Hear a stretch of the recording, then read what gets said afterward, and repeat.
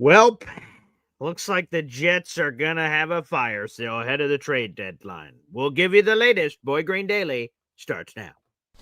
I'm going to lose my gosh darn bananas. Boy Green Daily starts now. Zoinks! Boy Green Daily, Boy Green Daily, Boy Green Daily. Let's go!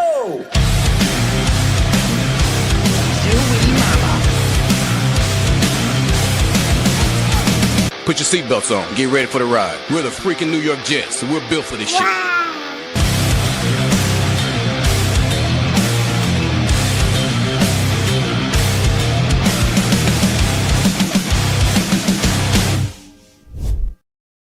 Hey, what's going on, everybody? I'm Paul Liston Jr., a.k.a. Boy Green. I'm the New York Jets digital reporter for Heavy.com. Welcome to Boy Green Daily, a daily New York Jets video show, also available wherever you get your podcast.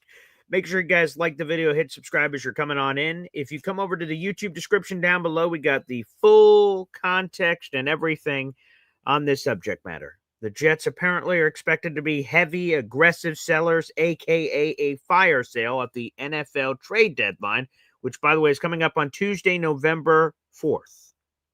That is what is to come. So let me throw it up here on the screen so you guys can see it. An anonymous NFL executive had some details to share. Actually, it'll be better if I do it this way. 1 second, folks. Let me bring this up here on your gosh darn screen. So shout out to, of course, NFL on Fox. This is Ralph Vacchiano of NFL on Fox. I'm going to throw the quote up here on the screen. This is from an anonymous NFL executive that spoke with Ralph about what's going to be happening ahead of this 2025 NFL trade deadline. And, well, that includes the Jets being sellers. Here we go. Let's throw this up on the screen here. This is an anonymous NFL executive, Ralph Vacchiano. He was talking about all kinds of teams at first. Quote, they need a complete reboot in Cleveland, though who knows if the current group of Andrew Berry and Kevin Stefanski will be the ones to do it. The Jets are loaded with too many of ex-general manager Joe Douglas's players. New general manager Darren Mucci and coach Aaron Glenn are going to want to purge that organization and rebuild it with their guys. They look like a mess right now, so I think they'd be open to trading almost anybody. Now, we've had a debate about this on the show about who the almost anybody category is. Let me just put this right out there on the front. Garrett Wilson ain't getting moved. Sauce Gardner ain't getting moved. And quite frankly, our offensive linemen aren't getting moved no matter what. I don't think either of the expiring guards, obviously ABT's out for the season, John Simpson, that doesn't make any sense. You're compromising your own health of Justin Fields and things of that nature. So offensive linemen, any of these key guys, Armand Membu, Olo Fesher, any of those guys totally off limits. The Sauce Gardners and Garrett Wilson. And then basically everyone else is a conversation. And we have, like I said, a full article in the YouTube description down below. It sucks that we're here, but again, I think it's important for the New York Jets that they make sure last year's mistakes don't come again this year. It's story time, kids. Gather around the campfire. You guys may or may not remember this story, but last year, it became pretty apparent to a lot of us that DJ Reed was not going to be playing for the Jets beyond that season of 2024. And the Washington Commanders, according to NFL insider Diana Rossini, called the Jets. And according to Diana Rossini, the Washington Commanders called the Jets and said, hey, is that DJ Reed guy available? And Joe Douglas went, kick rocks, buddy. Kick rocks. No, he's not available. And the Commanders went, oh, okay. And they went to the New Orleans Saints and cracked a deal for Marshawn Lattimore. And they got multiple picks, like 2 or 3 picks. DJ Reed this offseason that just happened, signed a 3-year deal for $48 million to join up with the Detroit Lions. Now, Jet fans on the island say, well, Paul, he wasn't going to stay here. That's not what I'm talking about. I'm talking about if you knew as an organization, or especially one where Joe Douglas, was going to be fired and Robert Sauer was already fired, like that you, Woody, or whoever the person is, should have taken control and said, all right, we need to sell pieces that we ain't keeping.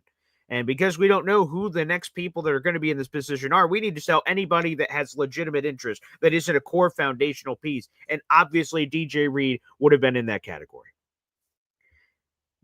And DJ Reed, the Jets refused to trade last year, and then he just signs with the Lions, and we didn't get Bupkis. We were supposed to get a fourth round compensatory pick, but the Jets never got it because of their own activity. The Jets signing Justin Fields canceled out the DJ Reed exit. The comp formula is difficult. I actually know someone that is an expert in the comp pick formula field, and we will have him on the show for the first time in the near future at some point whenever we're talking about this, maybe during the off season. So maybe it won't be next week or something, but I know someone who knows all the ins and outs about this, and I became familiar with him, and he'd be a great guy to have to teach us more about this. But long story short, the Jets screwed the pooch last year. They could have gotten multiple picks for DJ Reed. They got Bupkis. So this year, the Jets have to have honest conversations in their building. Okay? Who are these players on expiring deals? And we'll go through some of them in a second. Who are players on these expiring deals that we have absolutely no plans to re-sign? If you have a plan to re-sign them, okay, we can have an honest conversation. We'll get through some of those players in a minute. But if you don't, then trade them. Sell them to the highest bidder, and let's move on. So let's go through some of those players. I also see we have a super chat in here. Look at this. Johnny Boy sending in a super chat here on the show. We appreciate you, Johnny. Wow. Damn, Boy Green looking extra hot with the merch. So let's go full screen here. Yeah, shout out to Jets Worldwide, baby. And I got the cap too, baby. Look at that. Let's go. Yeah. Let's go this. So we get the full branding here on the program. There we go. Nice. Yeah, we're fully geared up. Shout out to Snowball, baby. Shout out to Johnny Boy, a great Jets content creator website of choice. There you go, baby. Look at that. Jets Worldwide. Wide. Shout out to my fellow Jets content creators. I got hooked up with this. I was at the meet and greet, and Snowball geared me up, baby. So, yes, I'm wearing the gear. So, go check them out. Jets Worldwide, all one word, baby. So, Johnny Boy, salute to you, good sir. Salute to you, and I'll add this. For our raffle totals that are coming up later this month, we'll make sure we do that here on the show. So thank you, Johnny. I'll add that in. You are $1 away from a raffle ticket, my friend, so we can figure that out at a different point later. But I appreciate the shout-out, man. Yeah, Jets Worldwide, baby. Let me turn the hat right so I can give you guys all the shout-outs, of course. So I think that was the only super chat. Okay, I just want to make sure I didn't miss them. All right, I'll get to more of your questions, I promise. But let's go through a couple of players. The number one player we need to have a conversation about first is Breece Hall. Now, before I even talk about Breece Hall, the Jets lost Braylon Allen, maybe for the season, but at least for the next couple of months. And the Jets are already 0-5. Would they be willing to also trade Breece when they've got Braylon gone and what the Isaiah Davis and Kene Nguanu and Andrew Beck and like all these other guys? Are they willing to do that? I don't know. But here's the conversation the Jets need to have. Darren Muji, Aaron Glenn, they get in the room. Do we plan on even attempting to re-sign Breece Hall? If the answer is yes, then okay, but let's talk about that. If it's no, then what are we doing? Let's trade him. According to NFL insider Connor Hughes of SNY, the Jets could absolutely, what's his word, could get a third-round pick for Breece Hall and maybe some more. He doesn't think it'd be a second, but like a third and a sixth or something. Like he talked about that a couple weeks ago on Jets Final Drive. So that Breece Hall could potentially be that guy. If you're going to bring him back. So like, here's the thing. How long is this rebuild going to be for the Jets? Is it short? If it's long, are you going to pay a running back buco bucks? And while the rest of the team's sort of rotting away, that could be poor financial resource investment that could be happening there. Now, there's just got to be conversation. Now, you need talent on offense, so that could be another part of it, but you've got to strongly consider it. And a third-round pick. This is how I say, and Alon appreciates the hat. Boom. Shout out again to Jets Worldwide. All one word. The Jets have to figure this out because, I like Breece. He's, by the way, 7th in the NFL rushing right now. He's spectacular. 5.3 per clip. Breece Hall looks awesome right now. He looks great. But I've always considered this, and I'm just a draft geek myself, that if a draft choice is within the first 3 rounds, okay, first round, second round, third round, I consider those premium picks to me. Those are premium. Anything after that, it's sort of a crapshoot. But those to me are premium, very important picks. When you select players in the first round, second round, third round, those are supposed to be starters or key contributors to your team. So if you have a chance to get one, right? Brees Hall's on an expiring deal. If you don't bring him back, an extra third round pick, although it wouldn't be extra, it would replace the loss of Hassan Reddick because the Jets are missing 2 picks in this draft, a third and a fifth. They don't have their third because of the Hassan Reddick trade. Thanks, Hassan. And we don't have our 5th rounder because we traded up for Tyler Barron in the draft this past year. So if the Jets can replace some of those assets, first off, it gives you more ammunition to do other things. And it does, it can have sort of a ripple effect there. So I think the first player we got to talk about with all of this is Brees Hall. And by the way, thanks for the Jets Worldwide shout out. Back, I just want people who are coming in and out so they can read the quote themselves from an anonymous NFL executive to Ralph Facciano of Fox Sports. So that's a question. So Brees Hall is on that list. Another guy who's on the list, Quincy Williams. Now, he's currently on injured reserve, but he is expected to be healthy and available before the NFL's trade deadline. And Quincy's going to have a ripple effect on someone else I'm going to bring up later. But let's go to Quincy first. He's 29. He turns 30 next year. I love Quincy. I love Quincy. I love Quincy. I can't say that enough. I love his moxie. I love his story. I love his celebrations. I love his personality. Would the Jets be willing to pay 2 off-ball linebackers $15+ million? Because Jamin's making $15 million per season. That's top 5 in the league at his position. Quincy Williams can make a strong case. Hey, I'm a former All-Pro. Jamin was never an All-Pro. Give me $15 million. Would the Jets invest those kind of resources? My gut says no, they wouldn't. And if they're not, flip him to a contender. Can you get a third for Quincy? Is it a fourth? Can you get one of those? And again, another asset. Replace another asset that you lost. That's a conversation to have. And then, of course, let's take it to Quinnen. How you handle Quincy could affect Quinnen. I think the most valuable asset the New York Jets have on their roster is Quinnen Williams. And this is a difficult conversation to have. He's 27. He's one of your elected team captains. He's the second longest tenured player on the team outside of your long snapper, Thomas Hennessy. He is a leader. He's the straw that stirs the drink. But I would say this, if we're having an honest conversation, our Jets defense sucks. It's terrible. It's on pace to be the worst defense in Jets history. Quinnen is good. I'm not denying that. But you can't go lower than 32nd in the league. So you suck with Quinnen. You'll probably suck without Quinnen. So if you have an opportunity to get a monster trade, you at least have to consider it. There's going to be a contender out there that'll give you a first-round pick plus for Quinnen Williams. And for me, if I was negotiating at the table, Quinnen, I'd go for a first, a third, and a player. Like, hopefully that's on a rookie deal at a key important position of need somewhere. Like, even if it was a young safety or a young linebacker or a defensive end. Yeah, I'd be in. I'd be interested in hearing that conversation. So that's what I would be fighting for if I was the GM. I'd be fighting for a future first, a future second or third, and then a player. That it doesn't have to be a superstar, but just someone with like Jawan Briggs that's got multiple years of cheap team control and has been sort of intriguing so far. That's what I would be shooting for. And if you are me or the Jets, you should be shooting for the sky. You should be ask for 5 first-round picks and then work your way down. You never want to do the fantasy trade where you offer the deal, the guy accepts it immediately. You're like, son of a biscuit. I went too low. So you have to have the right price. You know, the porch, too hot. Too cold. Just right. That's what you need to do if you're going to be making one of these deals. So I think those are some of the players. We've talked about Quincy. I think we've talked about Brees. We've talked about Quinnen.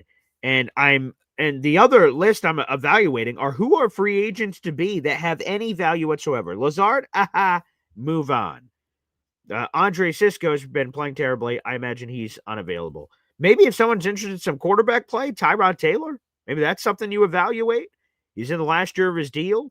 Would anyone be interested? Obviously, one of those bingo cards is off the board with Joe Flacco, former Jets quarterback, getting moved. Again, John Simpson, I wouldn't move. He's 28. The Jets had to make a decision on his future. And you trade him right now, like the rest of the offense struggled. Like you put Justin Fields' health in question. Who's stepping in for John Simpson if you move him?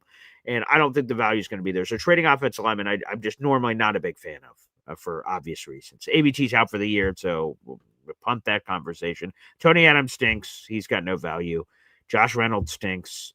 I'm trying to see if there's anyone else of that. Josh Myers, again, you're not going to move him. He's your starting center. I'm looking through this free agent list. That might be it. Yeah. Oh, Michael Clemens for Indy Jets. Let's pour one out for him. I don't know who's giving up anything for Michael Clemens, but I want to throw him out in there in the universe. So, yeah, those are the main players. We've talked about it already. It is Quincy. It is Quinnen. It is Breece Hall. Those are the guys we're talking about here. Those are the guys we're talking about. Hey, look at this. We got a membership being gifted. Shout out to our number one Austrian Jet fan, baby. Okay, all right.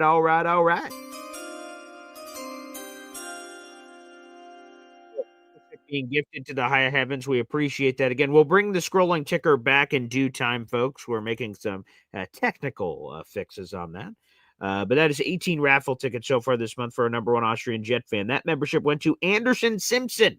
Welcome to the Boy Green Coffee Club, baby. Appreciate you. By the way, a little fun nugget for anyone who went to our tailgate or just as interested, didn't get a chance to go, but interested in seeing some of the footage. Peter has been starting to dive into some of the clips, so I'm very much looking forward to when that debuts. So I already saw some of the footage. Hopefully that comes out this week. NC Green says Quinnen has not played well enough to get 2 number ones. Yeah, I don't know if that's, and I don't know if it's even about him playing well enough. Just a player getting traded for 2 number ones is difficult. Now, we had that with Jamal Adams, of course, but that was a very unique scenario. Again, to me, what I'd shoot for on Quinnen is at least 1 future first. If there's no future first, then I'm keeping him. But there's obviously going to be a first. And then more. Another pick, a player. I tried to get as much as I can if I'm going to move Quinnen Williams, for sure. He only has $5 million guaranteed left on his contract beyond this season in terms of guaranteed money. So the reason why why are we talking about Quinnen? He's going to want an adjustment. The Jets are going to have to make a decision. Are we willing to adjust his contract or not? If not, it's going to cause the whole situation here. If you're not willing to adjust his contract and you're not willing to trade him, that could cause drama. We don't want drama. So if he wants his contract adjusted, the Jets got to say, hey, do we just want him to be the leader of this team? And whether we're good or bad, he's just going to be the solid leader on this team. It takes 2 to tango. Quinnen he's going to have to want to be here, and the Jets are going to have to want to pay him. So it's a double dipper there. It's a double dipper there. Again, we have a full article in the YouTube description down below. Make sure you guys like the video, hit subscribe, baby. Yeah, Prestige Shogun. That's where it came from. Quinnen Williams starts with 2 first-round picks, bare minimum, before we entertain any conversations. Yeah, I mean, if it's out there, again, that's why I said you shoot for the stars, and then we go from there in terms of conversation. For sure. EC saying we need draft capital. We absolutely do. I mean, like I said, the Jets don't have their 3rd or their 5th. Jared B says Dallas might give up a couple of 2s for Quinnen. I'm not trading him for a couple of 2s. They have multiple firsts. They're absolutely a team. They want Quinnen, and they wanted Quinnen in the past. I don't know if they'd want Quinnen and Kenny Clark. I'd have to evaluate their books, financially speaking. But they would make a lot of sense. They've got ammunition. That could be. And Reese, it pains me, right? Fire sale. I see your comment. It pains me. It's October 8th, for God's sakes. I was hoping we're talking about being in a good position to win the AFC East, not doing a gosh darn fire sale. Jesus. So this pains me to even do a show on, man. But I got to do what the story is, and that's what the story is. And it's terrible. Absolutely terrible. I hate the fact that we're even doing this right now. This is unfortunate, sad, depressing. All of those different emotions. Yes. Absolutely. It's a real buzzkill. Real buzzkill indeed. AA74, a.k.a. Alonso. Season's over. They can win and lose with or without Breece. And that's basically what I said about Quinnen on defense, is that, Now, here's the thing. The Jets need to make sure they get value. They need to make sure they get value. Because if you don't believe you can maximize value in the middle of the season, then you wait till the offseason to trade Quinnen Williams. So I think that's a conversation to have too. Hey, look at this. What? Well, not this, but this. Joshua Langley, Cecilia, baby. Gifting a Boy Green Coffee Club membership. Let's go. You, Joshua. I see you, Cecilia, out there. Living life. Appreciate you. Happy Wednesday to you. That membership, by the way, went to King Saria. Welcome to the Boy Green Coffee Club. Thank you to Joshua Langley, baby. That's what I'm talking about. Joshua and Cecilia. Booyah. You guys have 2 raffle tickets this month. That's what I'm talking about. I'd love for you guys to win something. Hey, we have some. I mean, you obviously won a great time. You got to meet me, obviously, but there could be more gifts in your future. Who knows? It's up to the wheel of name gods at the end of each month to see if they look upon you with favor. Prestige Shogun says, go ahead and name me better defensive tackles in football right now than Quinnen Williams. All right, let me see here.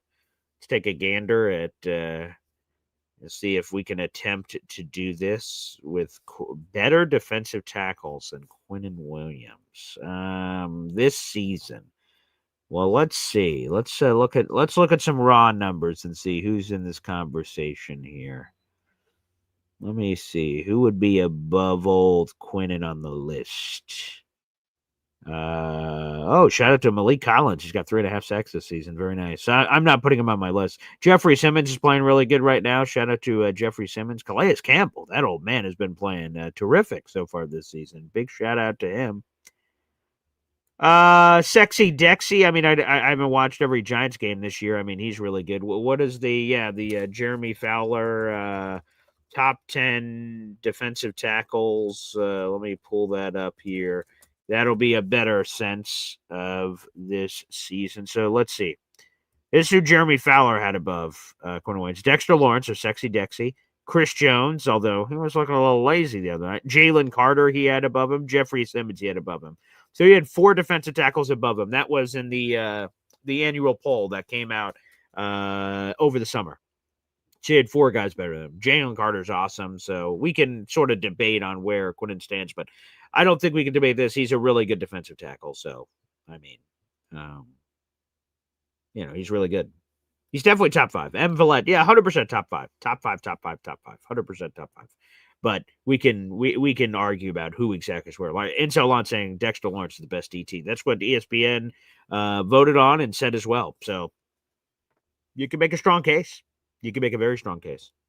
Let's do this. Let's open up the phone lines early. I'm sure you guys have a lot of takes on this conversation. Make sure you guys like the video, hit subscribe, baby.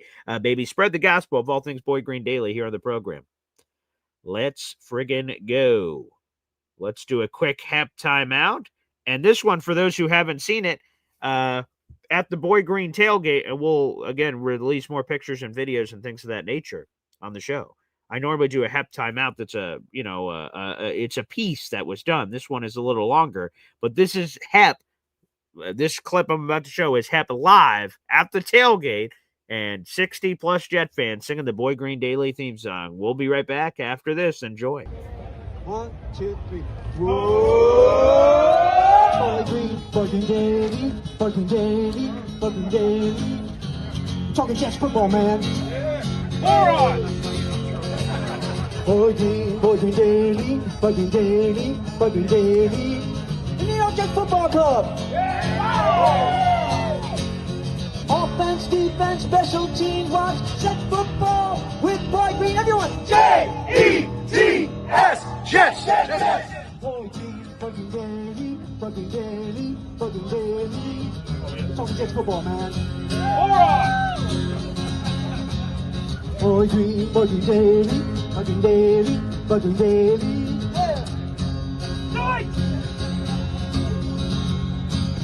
Offense, defense, special teams, watch Jets football with Boy Green. J-E-T-S, Jets, Jets, Jets. Let's go! Oh, yeah, baby. I'm looking forward to playing that until I'm dead in the grave. A terrific time at the Hep was awesome. So salute to Hep here on the program. The phone lines are now open. That's a pinned comment on youtube.com/boygreen25. Feel free to enjoy it, call in, and get familiar, get comfortable here on the program. We'd appreciate it here. Let me get to this super chat shout out here from Foxy, Stephen Fox here on the show. He's got a question, and I might have an answer. Wow. Stephen Fox been a member for 4 months here on the Boy Green Coffee Club. Where's Azareye'h Thomas? As you look on the side of your milk cartons. Well, Azareye'h Thomas has played exactly 5% of the defensive snaps so far this season. He's appeared in all 5 games, hasn't made a start. He has played in 39% of the special team snaps. So that is where Azareye'h Thomas is. Right there. Right there. Not on the field a lot. He did for a few injuries where he sort of rotated in. That was basically all of his defensive snaps came in during injury opportunities. But AZ, yeah. So I don't know when we're going to see him. I'll have to, again, because of the Jets-Cowboys game craziness, I didn't get to watch it like I normally would, of course, because we were live there. But Jarvis Brownlee Jr. made his debut. He filled in for Michael Carter II. I have no idea how he did. I would imagine not well because Dak Prescott was carving us up like a Thanksgiving turkey. But I'd have to go back and look. I have not gotten a chance to watch the game a second time yet to see. But, yeah, I don't know where he's getting in on the field until something happens to, like, Brandon Stevens or something, man. So that has to be sort of figured out. A salute over here to Barbara. She said, I loved it live. Yes, Hep was awesome. Hep was absolutely awesome. He was it was fun. And I didn't, in my mind, I wasn't sure how it was going to go. Like, I'm like, because all the technology and anything could go wrong, and boom, Hep had all his stuff ready, and Mrs. Hep was excellent. So that was terrific. Absolutely terrific. All right, let's do this. Let's go back to the phone lines, baby. Here, again, we have 300 people in the room. Like the video, hit subscribe. Jets apparently expected to be aggressive sellers.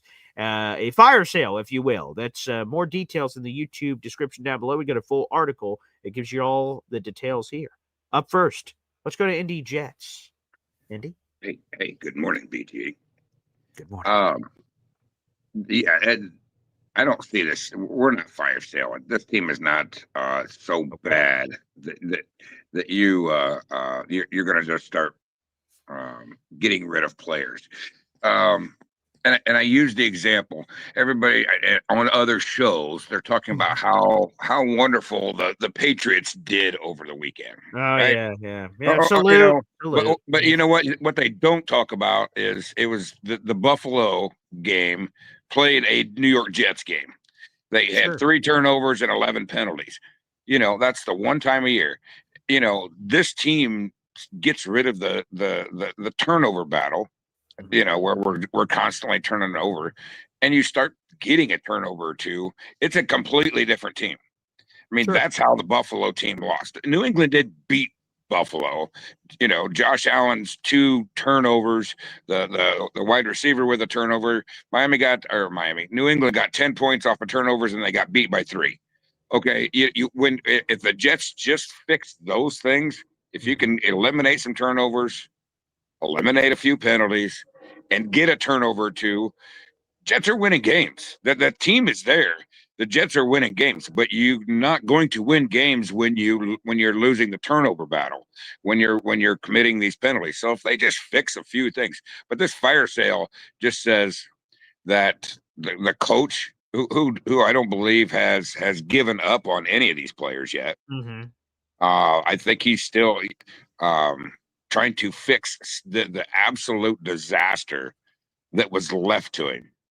Mm-hmm. But the difference between when AG got here and when Saleh got here was the roster was bad when Saleh got here, and they had to fix the roster. And that's not what we have to fix now. We have to fix the culture and allow them to do what they're trying, again, stay on the track that they're trying to build there. And you fix just a couple of things. This team is 4-1. Really. Yeah. If you play like Buffalo does, where turnover-free football and few turnovers, guess what? You're winning. The Jets are winning football games. But we just continue to do that. So it's not when they can fix that, you'll see the turnaround. Getting rid of these players isn't should the Buffalo get rid of Josh Allen because he had such a poor game? I mean, maybe Buffalo should do a fire sale because Josh Allen played just like the Buffalo offense played just like the Jets. So let's get rid of Josh Allen.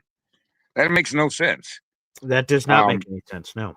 And we're early into the season. Everybody's still learning, and I think you're going to start seeing some improvement. Even though the Steelers game, they came out and played really well. Again, a turnover and a few extra penalties. We win that game. You get rid of it. You get rid of that. So they're going to fix a few things, and I think you'll see that as towards the end of the season. Then at the end of the season, if there's a couple of players that we need to get rid of and move on, that maybe AG just figures, hey, I can't fix this guy to fit into my system. I can't put this round peg into a square hole. That's fine. Then we do it. But you don't do it in the middle of the season when believe it or not, I still think we're we're not. I don't think we're the 32nd ranked team as far as power rankings. There's still a lot worse teams out there. They've just had a good game with Cleveland. Cleveland had a good game. They won 13-10 here a couple weeks ago because they didn't turn the ball over and they didn't commit a lot of penalties. Yeah. Well, if you don't, and so if we can just eliminate a couple of penalties a game, and then instead of having 13, we only had 9. Instead of having 3 turnovers, we only have 2.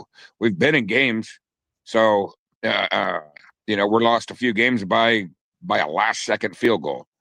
Those penalties and that one turnover is going to negate that. You're winning games. I think you're going to see that, but that's just I don't think we're ready for a fire sale yet. I know a lot of them would say we'll get a first, and that means you've just given up on the season, and the season was not about the playoffs in the first place. I know you picked us to win 12 games this year, and which we're still on par for. Yeah. Right, we are right there. I mean, yeah, we got them exactly where we want them. Yeah, exactly. And it's about as realistic as Clemens going into the Ring of Honor.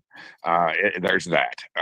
But my point is we want people were predicting a 5-6 win season. Well, we're not going 0-17. We're too close in games to once they fix some of these problems, I think you're going to see a turnaround, and that's what we've been wanting this whole season. We just started out a little rough, but I think you'll see this come around. And if not, then at the end of the season is when you'll then have your fire sale. Have it before the draft, and start getting rid of some of these players. And if you need to get draft capital, but give it the whole season and let this coaching staff, try to get some of these players into the mindset that the coaches want. Because the last 4 years have been rough culturally wise. Sure. And we saw that. And so that's a tough one to keep those players and get the rah that Aaron Glenn brings out of the, or into the players and get them to buy into it. So it takes a little bit of time. Let's get through the end of the season. I'm not even on the trade Breece Hall. That's what I was just going to ask you. Are you willing to trade anyone ahead of the deadline? Especially with Allen being out. Right. That puts you in a tough spot. Yeah, because if you trade Breece, then I don't have a lot of faith that Isaiah Davis could take over as number 1. So if you trade Breece and you trade Quinnen, then you've given up on the season. And I don't think AG and I don't think Muji have decided that we're giving up yet. We're going to continue to fight, and we may not make the playoffs, but if they walk out of here with 6, 7, 8 wins, and we see a huge improvement that AG's finally starting to get these players to buy into stuff, I think that they've met expectations at the end of the season. But we can't. I'm just not ready to judge them based off of 0-5 yet. 0-5. And we're in a lot of games. I'm not ready to write it off yet. Fair enough. Indy, I appreciate the call, man. Again, I want the Jets to turn this around. I want, and again, regardless of playoffs or this or that, respectability, quite frankly, for the love of God, some dignity. of turning this thing around for them. But I think what we do have to, I'm going to talk about this week. Macho joined us yesterday. That was my first time meeting Macho, and I'm going to join his show this week. And I imagine I'm going to have these thoughts because I'm sure it's going to come up. Paul, are the Jets a worst team in football? Yes. Yes, they are. They're 0-5. They're the only winless team in the league.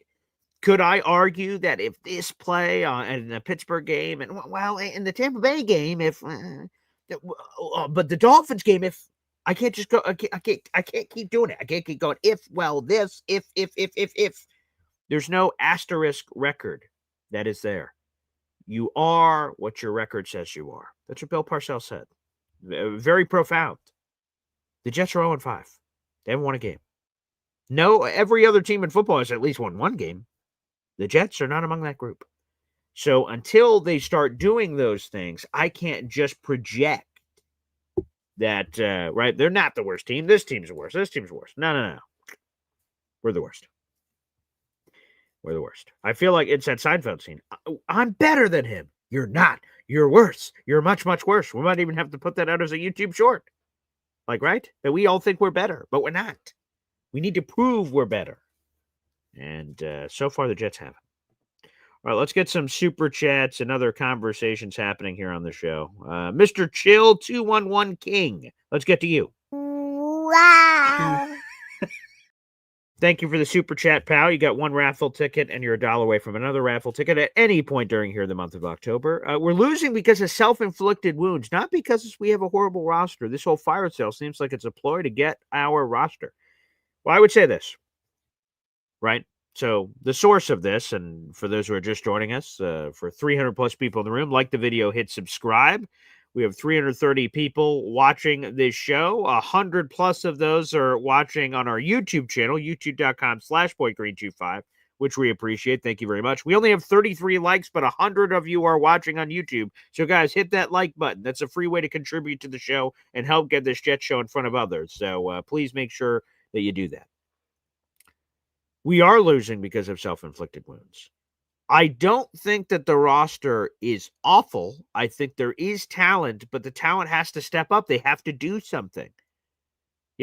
What's the truth? A couple of years ago, we had the top 5 roster in football. People said heading into this year, we had the top 5 worst roster in football. What's the truth? Maybe somewhere in the middle. Maybe. But the Jets need to do it.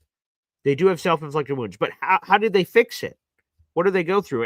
And when we use the term fire sale, I'm not saying Garrett Wilson's going, and I'm not saying Sauce is going. There are untouchables on this roster, but there are players on expiring deals that, like, hey, man, this is a closing business sale, and things must go. I'm not saying they should go for nothing, like a 7th-round pick or something, but if you can get value for certain players, you'd rather get the guaranteed asset, whatever that looks like, versus potentially getting nothing, like I explained with DJ Reed earlier. The Jets got buckets. They didn't get anything for DJ Reed. He signed the biggest deal of any ex-Jet, $48 million to Detroit Lions. What did we get?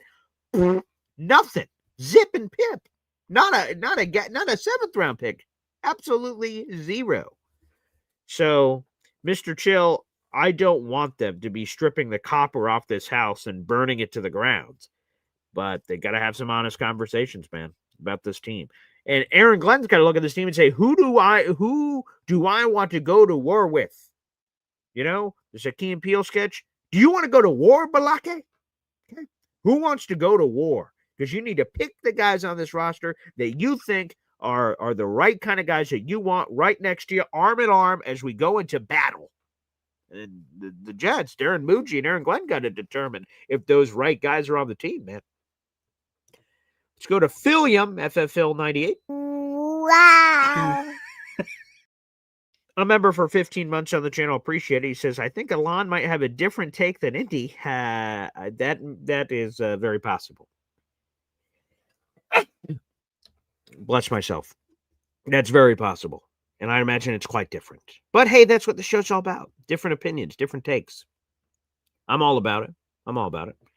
Speaking of, let's go to a different take. Up next, Ted, NY Jets FL, joins us here on the show. What's up, brother? Hey, Paul, I'm doing an Edward Ziff today, so I want Oh, to show nice. Okay, what's the breakfast? What's on the menu? Oh, just some fresh farm fresh eggs, Ooh, toast, nice. and just a How do, basic breakfast. how do you have Yes, your sir. eggs, by the way? Over easy. Oh, yeah, that's how I have them, baby. That's the way to go. Nice. Yes, sir. Yes, sir. Paul, couple of things. I'm probably 1 week away from trying to get away from my dogs here. I'm No, it's probably okay. 1 week away from this so-called fire sale talk. Okay. I I really think, and I actually saw this on another pod. Yeah. They need to start number 44, Sherwood. He needs to be Yeah. benched for his he Benched? Oh, there's wow. no Okay. yeah, at least for a For half. who? I don't What's care. that? Oh, It doesn't okay. matter. Maybe It just doesn't a matter. message. Okay. Yes, because if your so-called leader, Mhm. which I don't think we have many. I think our leaders are Garrett, Quinnen, and maybe nobody else. Quite honestly, we don't have a lot of alpha players on this team, Paul. We don't have a lot of alpha players on the team. There's something I to be said talked for that. about selling off players last year.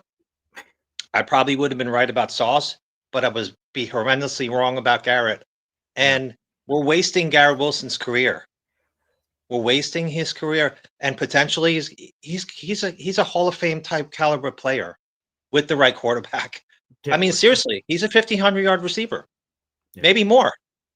But we just, that's the most frustrating thing to me. I'll start with that. Yeah. That's a good place to start. I love Garrett Wilson. It's been awesome to see these crazy ass catches when we're down 40-0 in the fourth quarter. That's been pretty cool to see.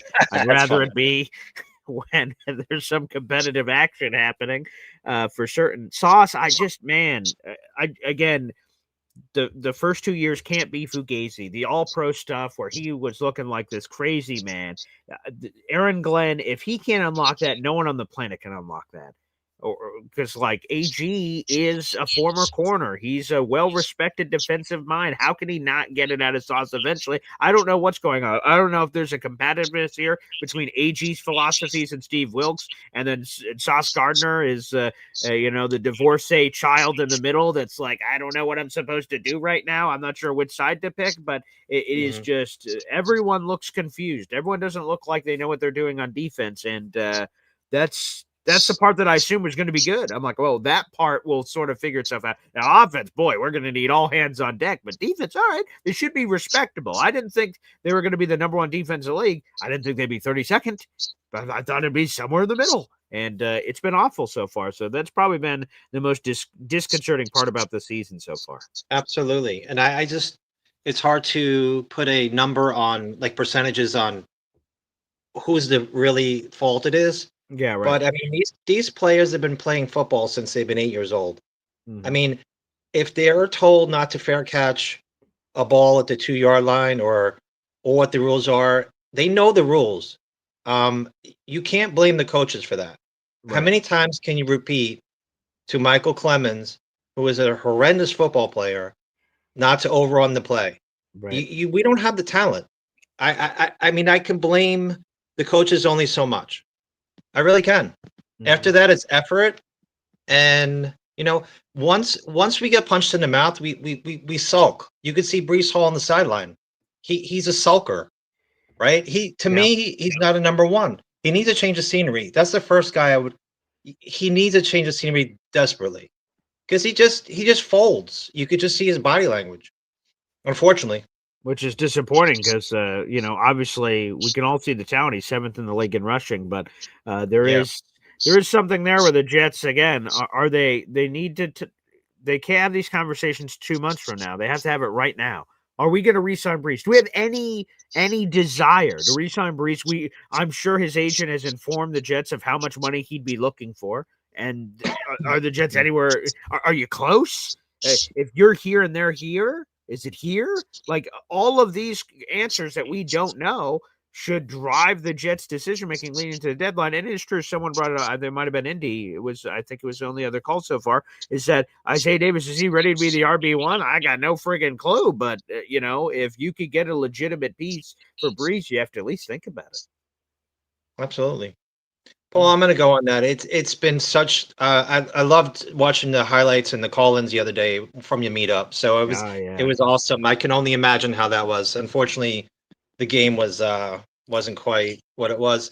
And it's the funniest thing is that every week I go into the game and I'm like, I know we could beat Dallas if we play a good game. Yes. And then we come in and we just, we look good for a series and then it just goes sideways and then it goes backwards. It's hard to imagine. The coaches, I mean, Wilkes is probably not going to stay, and I don't know. I can only assume he's an NFL coach. He's got to know what he's doing. He can't be that incompetent. So, yeah, I know, right? I mean, if he has really good players around, I mean, if you put, who's the DC of the Chiefs again? What's his name again? Oh, it's Steve Spagnuolo. You think this defense would be good with him? I'd hope so. It might be better, but I don't know if we have the guys that he has on his defense, on the Giants defense. Like they go together, right? The talent's there and he maximizes it, right? Yeah. Kansas City, you got Chris Jones, you got all these players on that team that fly around and make plays. We don't have those kind of players. We just don't have them. We have a few pieces here and there. That's what we have. Thanks, Paul. Appreciate you, Ted. Don't burn your eggs, okay? Make sure you get that easy breakfast order in, for God's sakes. Yeah, and I would say, so there are two things. I mentioned the defense. You can make a strong case. That's the most disconcerting part of the team of how awful they've been. That's true. The other disconcerting part, I would say, is that at the first sign of adversity, this Jets team folds like a used lawn chair. That would be the second most disconcerting part. We could probably argue which one's first. But, like, when a fumble happens, everyone throws their hands up, goes, geez, this sucks. Like, that's the part that sort of loses me a little bit, too. So, disconcerting, the defense. Two things. Let's go back to the phone lines. Hey, Troy Sturgis, baby. What's up, Troy? Hey, Paul. Hey, I just want to commend you for being on here and talking about this team. I am beyond, I'm out of words. Yeah. I am just upset with the whole team, everything. A few things. Yes, sir. How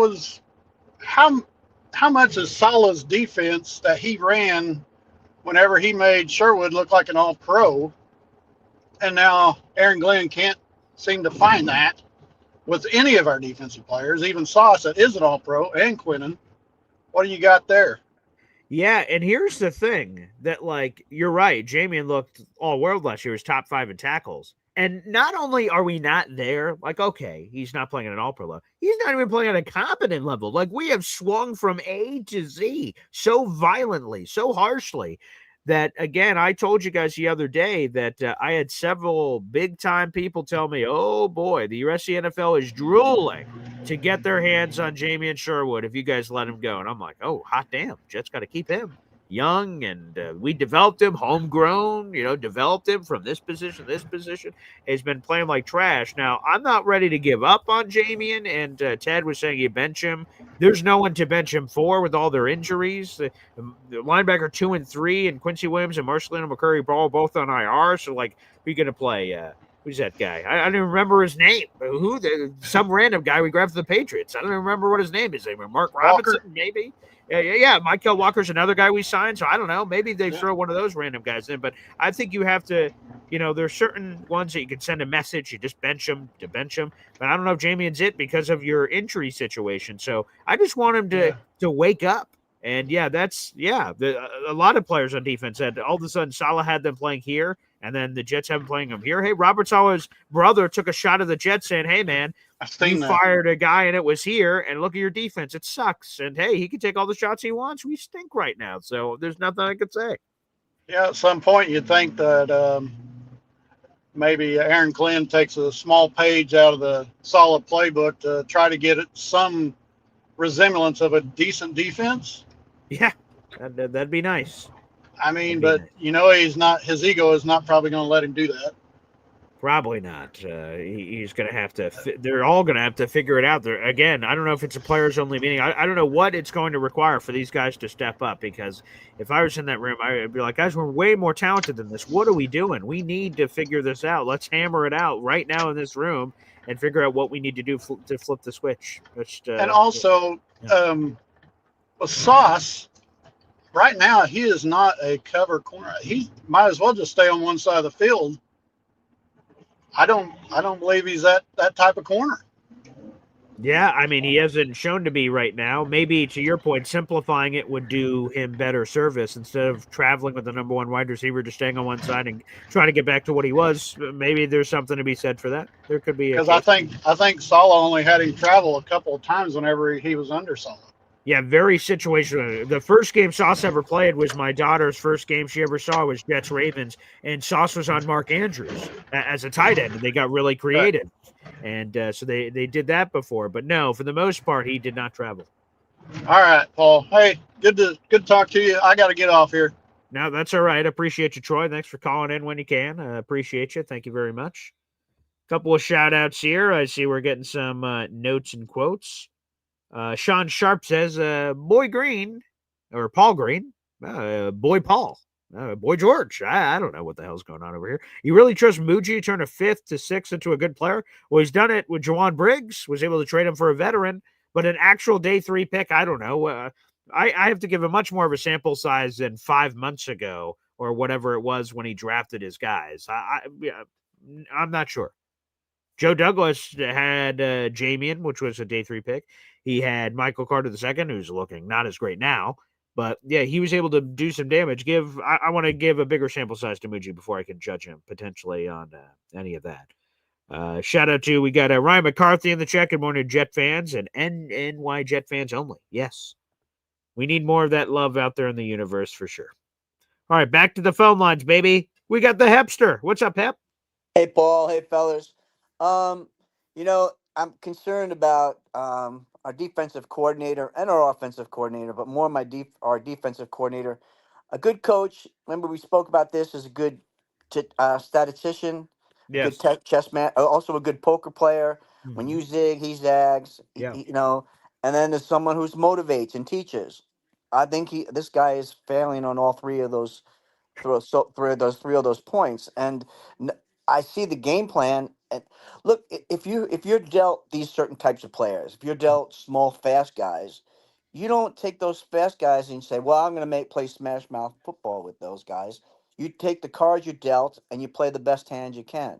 Mm-hmm. And I don't think that's the case. I think what they're trying to do is to say, "No, we're doing it our way, and you guys are going to fit into our system." And they don't have the horses to do it right now.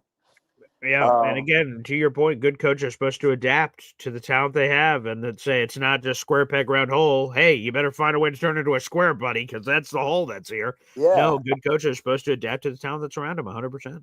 And there's zero adjustment and coming back. That's like, oh shit, they're doing this now. Okay, let's hop onto the other foot and we'll do this. We'll go in this direction. None of that. Or maybe they're doing it and it's just so inept. Yeah, right. And that could also be another disconcerting sign. Sure, right? Yeah. Yeah. Now, what I'm also concerned about Glenn is, remember, Saleh was loyal to a fault. Remember, he was loyal to a fault. 1,000%. Yeah. Yeah, and I'm afraid I don't want that to be the case with AG. I don't know. If we lose this week, which we probably will, but if we lose in an embarrassing fashion, that's very concerning, and you might have Woody step in at a certain point, but I don't know. It's just a very odd thing to be at this point. I lived through Rich Kotite, obviously, yeah, and it was ugly. It was very ugly, yeah. And the only thing was we had Parcells, I think, coming behind them. Correct. Yeah. Immediately after, right? Yeah. So, I don't, just like the Jets, what will happen is we'll win the last 7 games and we'll wind up picking 11 or something like that. That'll be very on brand, Yeah. But anyway, I'm still a Jet fan. I still had a great time seeing you guys and everyone in the chat. And when we do win, it's going to be very glorious. I just hope I'm on the planet when we do it. That's it. Very fair. There it is. everyone who always asks me, Paul, why in the hell are you a Jets fan? And that's a longer answer. But the core of it is like, they stink. Why are you a fan? Like, I don't just jump to whatever team is hot. Like, oh, sorry, suddenly this is a whatever podcast. Who the hell is good right now? No one's undefeated anymore. But like, 2 years ago, oh, we're a Chiefs podcast. Oh, Chiefs. Oh, wait, they suck. All right, just kidding. We're jumping over here. No, you ride through the thick and thin of your team. That's what being a fan is all about. You're with your team, and you're with them, and you're with them, and you're with them. Now, to Heb's point, real quick, right? Jets are going to London. Woody Johnson was the ambassador of the UK. Now, we keep this strictly football on this show, but with all the London ties and everything, last year, Robert Saleh embarrassed him, whatever, losing to the Vikings in the matter that they did. He got fired. Whose head's on a pike after this one if we lose in embarrassing fashion? Interesting. Is it Steve Wilkes? Is it something crazy? I don't know. It's a good conversation. It's a good conversation. Good nugget to have. All right, let's go back to the phone lines, baby, here on the program. Again, we have a full article in the YouTube description down below if you guys would like to see more about this seller fire sale action, apparently, happening here on the show. 400 people in the room. Like the video, hit subscribe, baby, on the YouTube. Let's go to him. This was a key piece of the puzzle. And by the way, a video will be coming out on this because I just saw it yesterday for the first time. That a camera was on me when I got to try BG Sunday Tradition for the very first time. A camera was on me. The camera guy goes, Peter goes, you're good. And I'm like, whoa, let's take a bite into this burger, this beautiful burger. Now, unfortunately, because I was too busy hosting, that's the only Sunday Tradition I had the entire day. I was just too busy all the hosting. I'm like, damn, I need to get in on this food. I missed out. So I can't wait till we're doing this again, but it was beautiful. It was terrific. We'll have that video ready in due time. But the man of the hour, the woman of the hour, the son of the hour, the family of the hour. I'm ready for Family Feud. I want to see. And here are the Gilberts. That's what happened at the tailgate. The Gilberts were here. Good Lord. And they were terrific. Let's bring them in. Chef Kevin Gilbert, baby. Live from the Cloverleaf Tavern. What's up, Chef? My man BG, man, appreciate all the kind words, man. The shout outs, man. Is that tailgate was something special. So, I appreciate all the love. Also from the Coffee Club members. Salute to them. Salute to number one Austrian Jet fan, man. Appreciate everything you're doing. We definitely wish you were there and yep, Gracia. Definitely wish you were there, but you was there in spirit. Of course. Dude, it was what a time, man. What a time this weekend was, man. Like, maybe next year you call it like Weekend with BG or something, knowing like, hey, you had the festivities over here at the Cloverleaf. We had a good time, meet and greet. I felt like was A+ top tier, man. It's always good when you have good vibes, when you have good people, and you definitely brought the good people, man. Family, top tier, top shelf. Thanks. Hot, nothing but class, man. Parents, good, really good people. Sister, the whole family, it was really good to see where you come from and how you was raised and whatnot. It was pretty cool, man. But if you don't mind, man, do I have a little bit of time to cook? Of course, please. Anytime Chef says, "Do I have time to cook?" I say yes, and I say you take as much time as you need, my man. Yes, please. I got to do the non-Jet stuff first, of course, because once I get to the Jet stuff, I don't know where I'm gonna go, and if I start going down like a dark alley, and the chat starts getting on me like they did before when I said we were going to be 2-3 to start the season, send me to the grinder to do what you got to do, man. Just know at this 0-3 point right now, like it's not looking good, man. Especially when I had a server here who's in going to Montclair State, who's doing her master's. She was like, "You're big Jet fans. When were they good? I heard they're not doing good this season. When were they good?" I was like, "Yo, we haven't been good for like 15 years." I was like, "You was in middle school the last time we were good." She was like, "Nah, I was in elementary school." I'm like, "Ooh." I was like, "You was in elementary school when they was good?" I'm like, "Oh." So it's tough. It's tough for all of us, man. But it felt good knowing that you had this event, man. You and Woody, man. Shout out to Woody, man. Like, it was a better dude. Like, expectations were exceeded when I met him. You know, I did the stuff over the phone, and of course, you know, you see the Boy Green meets Woody. You know, both you guys have good chemistry. You know, you're charismatic and all that. But actually, like, meeting him and seeing what he was going through, I don't think he got enough praise, man. To be honest, like, with what he was doing, like, yeah, we spoke about the music with Gina and Lou B Sprinter. Shout out to them. You know, they brought an element that was needed. Obviously you're the star of this, but you know, and I brought the food that a lot of people was talking about, but it was important about the drinks, man. And Woody bought drinks, which was like pretty good to see, man. Yeah. Hey, what's up, man? Woody brought the drinks, man, and 100%. what he did was make sure that there was enough for everybody and some. Mhm. So he went over the top, man, and then also knowing that he had a plane to catch, that he wasn't just like chilling for like a day or two. Like, dude, that literally had to drive his joint back and almost missed his plane.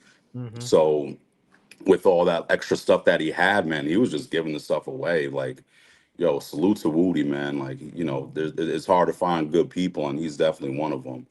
But you know, for me, other than the callers, like, you know, the Indy Jets, the Philly Noodles, the Snowballs, and then like DNY, like, other than those, like, there was a couple cats, man, a couple of those coffee club members that left a good impression on me. Meeting Mhm. for the first time, Joe, who works with the Jets, man. You know, he came here on Saturday, which was pretty cool. Ant Jets, who'll be there. NC Green, I Yeah. believe he had you know, got in a little late or whatever, but you know, Yeah. at Or he least would have been there on Saturday, right? Yeah. exact, yeah, he told me at the tailgate, man. So you know, that was cool. But and then UPS Josh with his wife Cecily, I think her Yeah. name is. You know, really, Cecilia. Yeah. Cecilia. That's right. Thank you for correcting me. Yeah. Good folks, man. And then Havmo, Oh like, yeah. he's someone that surprised me. And when there was a little confusion about where we was gonna be at, I was close to getting into a little scuffle with some Jet fans, man, Oh. just with some tailgate turf spots. You Yeah. know, that's how I know how it is. That's why I spoke to you. Was like, hey, man, make sure we got this right, because you know, with these season ticket holders and these tailgates, like, these people get here early in the morning, they have their spots and Mhm. all that. And for us, you know, we was good with the D1. Unfortunately, it was under construction. It was in a hole. That I was think one of that I the think that's why I was funniest things available. that ever happened. Is that I'm counting in my head. I'm like, boom, boom, boom, boom. What the hell? And there's a MetLife guy standing there. I'm like, hey, buddy, where's D1? And he points to a hole. He says, yeah, it's right there, pal. And I'm like, huh? He's like, yeah, it's there. It's out all season. I'm like, oh Jesus. And he's like, D2 and D3 are in there too. And I'm like, oh God. All right. And by the way, shout out to Joseph Landis too. He was another guy out there in the Braylon Allen jersey. You know, he was having a good time. But oh my God, yeah, that was hilarious and a good pivot. So, was Havmo? Was he your boy? Was he helping you out there? So, you know, I don't want to say too much, because you know, I don't Of know course. if the dudes that I was talking to are like, you know, listeners and Oh whatever. You yeah, know, it right. was Of course. early. You Right. know, it was eight something in the morning. You know, Sure. Yeah. dude approached me a little real aggressively. It looked like he'd been Oh. drinking too. Older Oh Jet boy. fan. Already. But Jesus. Okay. yeah, yeah, nah, because you know, one of his cones got moved, because they put cones in the parking spots or whatever. We ain't think nothing of it, so it got moved. Mhm. Approached me like, yo, why are you touching my cones? I'm like, what do you mean? Are your names on it? I don't know whose cones these are. I'm moving. He was like, oh, these are for my friends. Yeah. I'm like, all right, are they here? Where they? I'm like, yo, this is this whole big ass parking lot. Like, what's going? You know, it's early morning, and then I'm trying to, you know, we moved the cones so my wife could pull in. Now Yeah. my wife and my son are in the car, looking at me, looking at dude, and then he got his peoples behind him. You know, that's what I'm saying. Shout out to Hamill, because he stood there. You know, if something went down, you know, I don't know if Mm. he would have jumped in, but at least I know that, like, you know, he could at least made a phone call or ran to somebody. You know, because he didn't walk away or nothing. So I you like know, that. I appreciate that. But I, you know, I understand the situation with tail. Like I've done this before. The one that I did with you was clearly the best one that I've been a part of. So, I was happy with, the turnout and everything like that. But knowing like the politics with, the certain spots and all that, like, it was good because you called me when I was in like getting ready to kind of like, lose it a little bit because Yeah. the parking was crazy. Like they said, I only had the one parking pass, but I had two vehicles and I was getting ready to pay there. And they were like, nah, you can't pay. You got to get it through Ticketmaster. I'm like, get it through Ticketmaster. I'm like, yo, I got my credit card. Like, just scan this. They're like, no, you got to do it through Ticketmaster. I'm like, can you take cash? I got cash. Like, I'm talking to the lady. They're like, no, you got to do it through Ticketmaster. I'm like, all right, what? So they was like, you got to turn back around and get back on the line. Get back on the line? What are you talking about? I'm like, I pull up Ticketmaster real quickly on my phone. I'm scrolling through. I'm like, yo, how do I do this? Like, how do I pay? I'm like, it's not here. They're like, you got to do Ticketmaster. This is that. I'm like, yo, I got a tailgate to go to. Like, come on, like I gotta go. They not understanding. And I'm like, I gotta talk to your supervisor. Give me your supervisor. Supervisor comes over, start talking to him. He's like, yeah, I'm sorry, this and that. Like, you gotta get this through the Ticketmaster app and all that. I'm looking, I'm like, can you? I gave my phone. I'm like, yo, I'm here. Can you figure this out? Long story short, I wasn't budging. So he was like, just go. So, shout out to him. I was able to get in for free. Yo, I spoke to other peoples of mine that went there. They didn't, go to the tailgate, but Yeah. other people told me they was paying like 120, 150, 160 to park.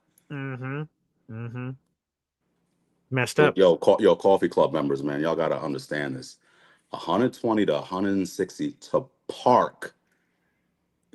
That's not the ticket. That's not the food. That's the nothing. Just to drag your carcass over and leave it. BG, hold on, man. Last year, it was 65 to park for non-season ticket holders or whatever. For me, because I was a season ticket holder, it cost me 45. But the only way for me to get it for 45 was to pay a lump sum up front. That's the only way I was able to, save on that. Whatever. Woody Johnson with his tricks, right? And in less than a month, guess what? Season ticket holders, he's gonna ask for your money for next year. Lucky you guys, right? Lucky you guys. I'm done with the stuff until I see something better. Yeah. Not only is he gonna want your money next in less than a month, but he's gonna jack the price up too. like what is this? But the part that, whatever, fast forward. So we finally get to the spot, man. Everything is good.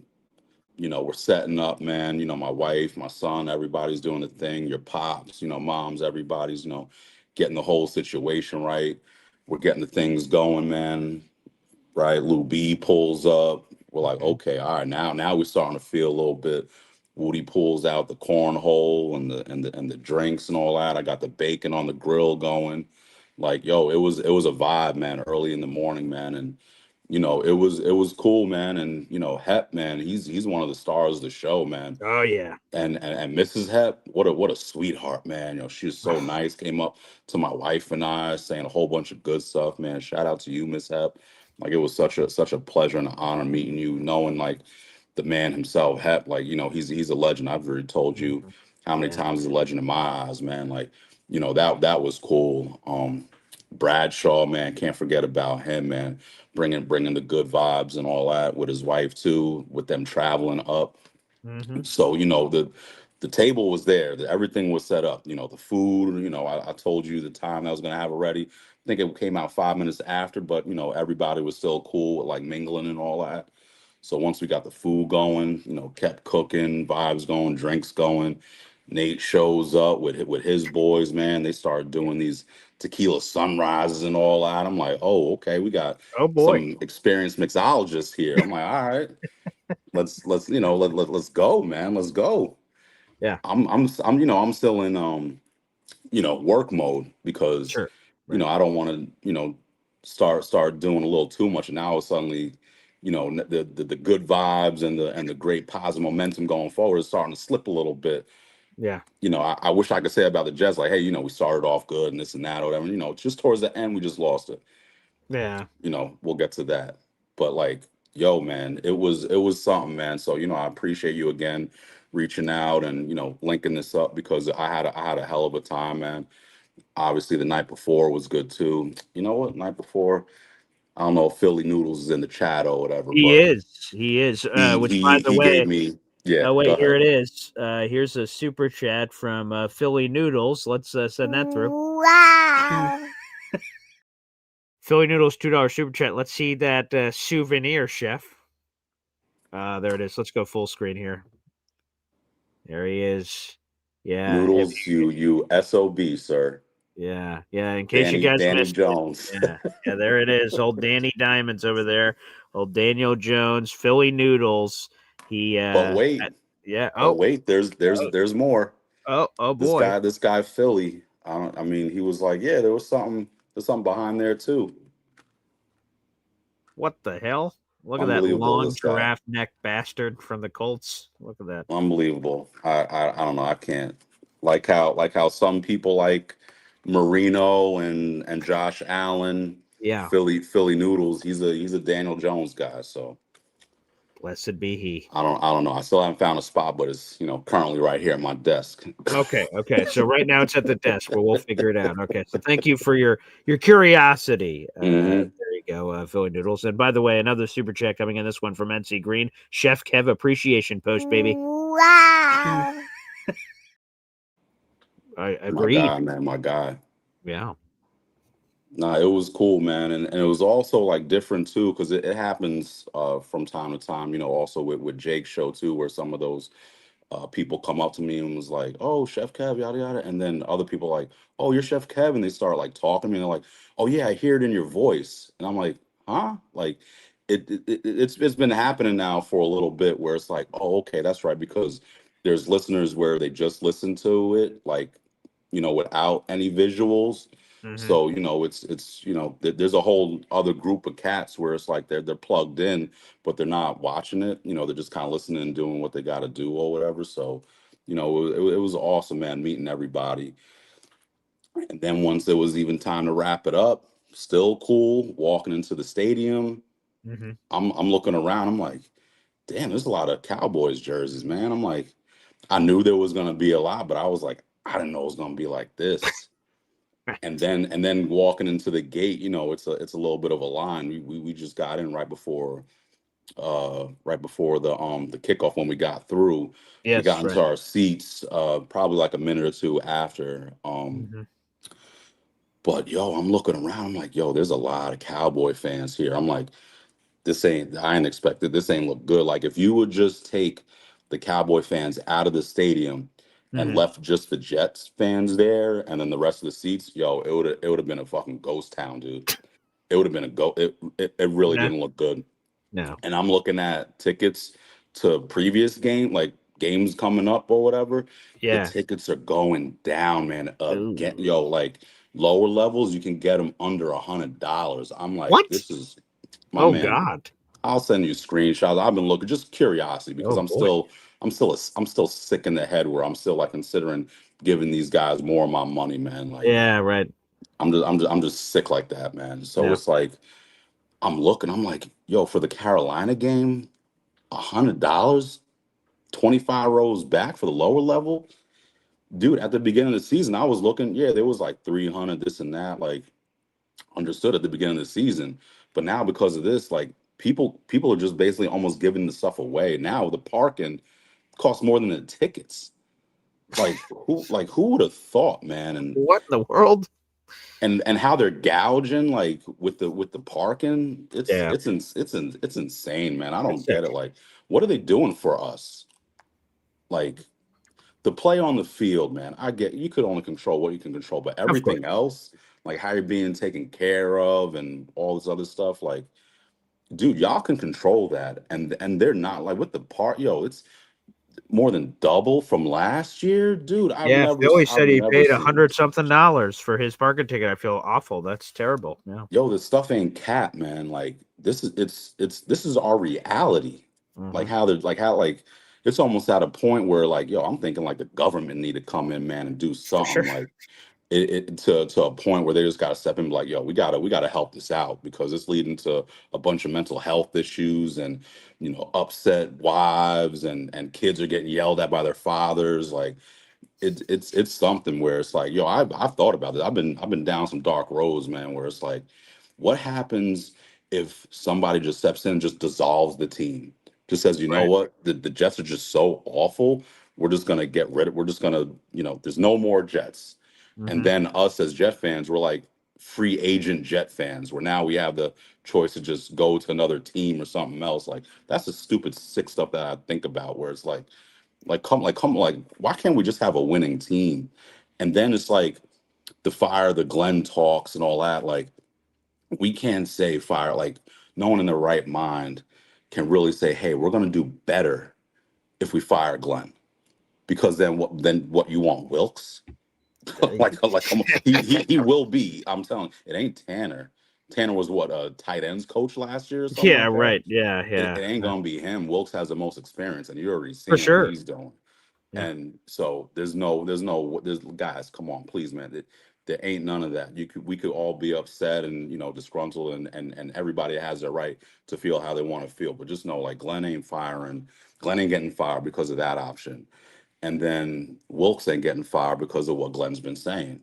It almost feels like Salah-ish, where he's just keeping his guys. Like that's even with the production. It's not even like, yeah, we're talking, we're gonna work all this out or whatever. He's just giving us stories of just other experiences with other teams and other situations. Like, I don't care who the hell you call. I don't care what coach you call.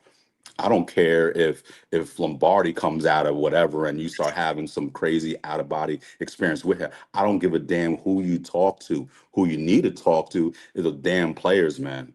Mhm. Those players do who you need to talk. I don't care who you're talking to, because you're not talking to the right people to make a difference in these games. That's my issue. That's my problem. Because I think, what was it? Ted said something before or whatever. Like it was, and I love Ted, man. But he said something like, "Hey, the coaches are telling you what to do. You got to execute it." Yeah. To a degree, man. I'll to a degree. I'll push back a little bit, man, a little bit, because it's like, yes, the restaurant isn't like football, but it's still, hey, I hire a dishwasher who knows how to wash dishes. I put him on the grill station to cook. I say, hey, this is what you got to do, and then I let him go. I'm not setting him up for to succeed, man. Just talking, just saying, hey, this is what you got to do. Nah, I got to work with him. I got to coach him. I know it's not going to take a couple of conversations. It's got to be more. I got to work with him, repetition, right? This is what you got to do. You got to put in the work, man. And I don't see that happening, man. Like this is the stuff that's frustrating, where it's like, we know he's a first time head coach. Is he in over his head? I don't really know. But it looks like the players aren't really playing like how they should be playing, and especially for what they're being paid for. Like I told at the game, I told you I turned around when Sauce got bullied by Pickens. He Oh got he yeah. was basically getting stiff armed 30 yards down the field, man. Bullied. He got bullied 30 yards down the field. He's my favorite Jet, and it is not looking good. I can't say it, man. Like Oh. I'm looking at you like, yeah, it was a bomb, man. And Yeah. and and he's supposed to be, one of those dudes, man. So it was like that defense that he was in before, zone. Mm. That's the easiest for a secondary. That's the easiest coverage to play, man. That man is so tough, Yeah. especially at this level, man. And the competition and the schemes and the routes have changed over the years. There's all different kind of routes, man. Double moves and everything. So it's pretty tough to stay like hand to hip, as we Mhm. teach, like on your man. And in the zone, you just basically just keep everything in front of you. Anything over your head, you have some help. That Pickens thing, Sauce was on an island, Mm. and he had no over the top help. To think that you're going to count on free safeties on this team, you got a better chance seeing pigs fly. Like they ain't no kind of help from the secondary at all. So it's like, now he's by himself, and it almost seems like it's going to be a issue where it might not get better until next season. Because what are the options, man? It's like, all right, Gibson, you made an example out of him for fumbling the ball. You know, there's debate on whether he should have made the 53 or not. I get it. But then we went backwards in that department. Like, and on top of that, you mentioned it yesterday, what they waived or got rid of Isaiah Williams, and then they brought him back. Like, Yeah. what kind of message are we like sending to the locker room? You know, Bizarre. like it's I'm confused, man. You know, I'm a fan, so it doesn't matter. I could be confused, whatever. But Yeah, when it yeah. comes to the players, like there needs to be some like clear direction on what's going on. And knowing that Glenn started once he retired as a player and he started his, you know, now front office stuff with the player, what was it, scouting, I believe it was with the Jets. Like, Correct. all right, you hope that he understands the players and who he's scouting for and looking at and where they could fit in certain schemes. So he has that background. But then it's like, all right, so the moves that was made this offseason and the contracts that were made and the picks that were made, it's like, all right, I'm hearing the Brees talks. I'm not a fan of trading him, and I don't think it's gonna happen because that's almost another thing with Glenn saying, yeah, you know, he's gonna let Wilkes do his thing. He already said in the offseason that he's not gonna move on Brees. That's true. So, you know, they ain't no insider information on that. He's literally telling us that he's not gonna move on him. So if he does move on him, now how does that look again in the locker room? Let's just have some honest talk, man. How does that look? All right. And it started with Gibson, which I think we all agree, like, you know, time was up, probably should have, you know, he had long enough time to, like, you know, kind of make it happen and all that.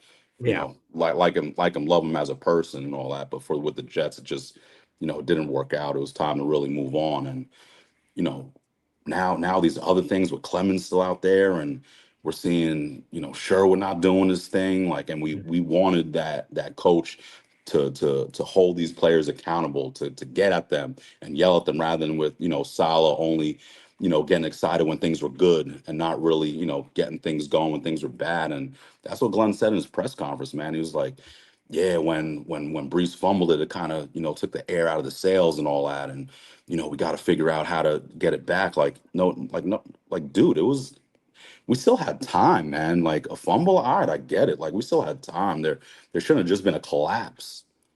That's literally what happened. There was a collapse, and the tackling was just like, I can't, man. I could go on to a tangent with the tackling, but I gotta, you know, I know everybody got things to do, man. It's just at this point, man, it's like we trade Brees, all right, just to get back on that. We trade Brees, okay? You guys want to do that. I don't want to do that, but you trade him for what? For picks?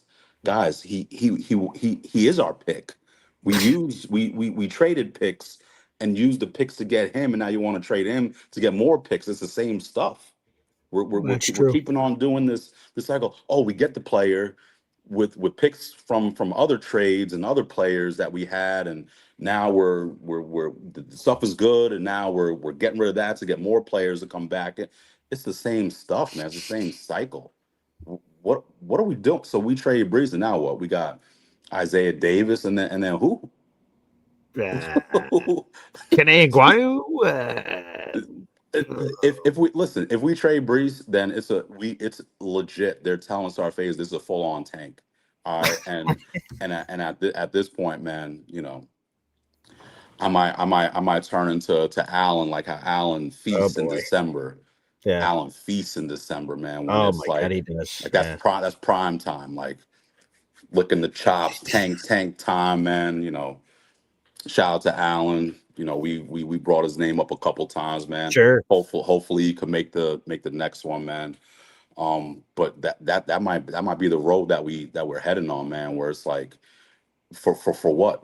You guys are gonna win a couple games in December, and then it's like, then Glenn is like, yeah, we got all this momentum.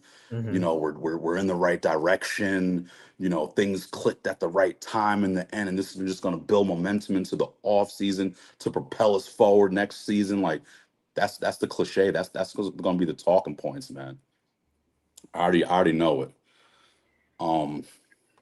But hey, man, I really don't have too much else. I appreciate you keeping me on. I thought I was gonna get put into the grinder.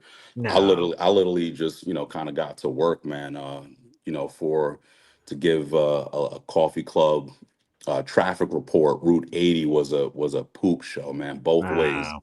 east and west. Route 80 in Jesus. Jersey, like yo, it was bad because it's raining right now. Yeah. So there was a couple accidents. So I got a little late, so that's why I ain't got my chef coat on yet. Of But course.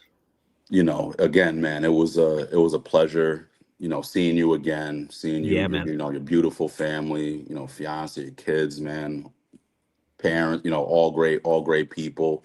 The coffee club members, man, y'all are tremendous, man. Definitely showed my family a lot of love. So, I appreciate y'all for that, man. And just be ready for that next one, man. That next one's gonna be special. And you got us on our toes, man, for those the videos, the pics and all that. Oh yeah. Hep's performance was lights out, man. Let me tell you. Hearing that live with him jamming, Yeah. I'm on the grills, man. I don't know if it's that. I'm on the grill. He's right in front of me. Yeah. Like, and then you got the stadium off to the left. You got the Sprinter. You got the Mall of America over here. You got BG and his family off to the side, man. You got Woody with his Macho Man shades on. Like, dude, it was a vibe, man. It was a vibe. And then the first 5 minutes of the game, man, was electric. Yeah. First 5 minutes, man, we're yelling. First downs is the only thing we could really cheer for. They ain't nothing else we could cheer for. But we getting crazy, and it was just bad. This is how you know it's bad, man. When Cowboy fans at the end of the game are telling us how sorry they are for us. Ah, God, the worst. that was like, they were like, we feel bad for you guys. Like, Yeah. who does, like, and Cowboy is Cowboy. Like, who does that? I know. How many hands on the shoulder I gotta like? It's gonna be okay. I'm like, what? Who the hell are you? My therapist? Get the hell away from me, man! Jesus. It's the thing. It's the community. It's the type of people, Sure. man, that we are. We're diehards, man. At the end of the day, we want to see wins, man. We want to see wins. We're starving for wins. It doesn't look like we're going to see too many this year. Unfortunately, we're still going to be sucked back in to keep watching it. I got a whole pumpkin brunch menu coming out on Sunday. So Oh wow. with that London game, starting at the time that it's starting, I'm gonna be locked in, man. I can't even, sweat that. If they're on still playing at 11:30, maybe I'll cash the last couple. We'll see, man. But are you doing the watch long? You getting up early? Hell You gonna be yeah, at- I'm back, Oh, yeah, baby. yeah. I'm a sick son of a bitch. I'm in. So yes, I will be there for the morning. So it'll be a quicker Boy Green Daily because Yeah, then yeah. it's immediately the other show. So yes, we'll be there for tea and crumpets, baby. Nice. Hey, well, best of luck to you, man. Again, salute to you and the coffee club members, man. Enjoy the rest of your day, brother. Thanks, Chef. Appreciate you. Go Jets, baby. And yes, I will say 100%. Another shout out we should have given, even more so. Woody, man. I called him my entertainment coordinator. He was awesome. So 100%. Woody deserves even more love than he received. So great words there from Chef. Let's go back to the phone line. We got a lot of people who want to call into this program. Up next, Hop on Pop is here in the wilderness. Hey now. Good morning, Coffee Club. What's up? What's going on, Pop? Yep, just a few quick points, and you got people waiting. Somebody, including Philly Noodles, talked about bringing Daniel Jones onto the Jets, and someone wearing a Jets Worldwide hat scoffed at the idea. Well, and I think my scoffing was appropriate. Yeah, I'll see how that worked out. Anyways, moving on. Yeah. For the people that say Justin Fields is not part of the problem, it's important to understand the Jets have scored 112 points this year. Nice. 60 of them are garbage time points. Go That's look at the debatable. stats. Go and That's look at the debatable. stats. When the game is over, that's when they scored the points. Justin Fields, 4 touchdowns, 3 of the 4 came in garbage time. Debatable. He is not debatable. Go look. 2 against the Cowboys when they were down by almost 30. All right? Go look. He is part of the problem. He's not throwing those touchdowns in the first quarter or the first half for that matter. So he is part of the problem. Don't discount it. There's no other options at this point, but to say that he's not part of the problem is silly. Is he part of the solution? we can have that conversation. But is he part of the problem? There's a lot of other problems: penalties, defense. Well, the orchestrator of scoring points is not getting it done. All right. So, either way, two things for the Cowboys game. One, to dispute what Nick Faria said. You know, you and I talked how when you're in the game, you're watching it, you're live, you see less than you do as you're sitting at home. 100%. I 100% agree. Yes. And so I went back last night after I traveled back to Atlanta, and I watched the condensed game, which was amazing. Saw every snap. That was great. No, I don't mean that. I mean that you can do that is what my point is for the Sunday ticket. Sure. Yeah. For the Sunday ticket. But Nick Faria said that Breece Hall scored on he fumbled on helmet-to-helmet contact. Yeah. Fake news. He was hit from behind. The ball was punched out. There was no helmet-to-helmet contact that caused that ball to be fumbled. So, and therefore there'd be no penalty because tackling is not against the rules in the NFL. The second point I'd like to quickly make is Sauce talks about over-the-top help when he gets smoked. Yeah, he said the safety should. Basically, he said the safety should have been there. Yeah. Yeah, if you watch him in that whole play, as I did in the replay, he knew all the way. He was grabbing and pulling 50 yards down the field as he was getting manhandled. Right? He knew he didn't have any help. You know, Monday excuses. So there's two quick points, and it's based on what people said, not about anything else. So I'll never mention the Cowboys game again. But those two were not true. I figured I'd dispute them after I watched the game. So it is time to move on, to turn the page, and, you know, ramp up the play calling in the first half as we come this Sunday morning. Yeah. If those plays work in the fourth quarter, they might work in the first quarter. So I don't know. I'm not a genius.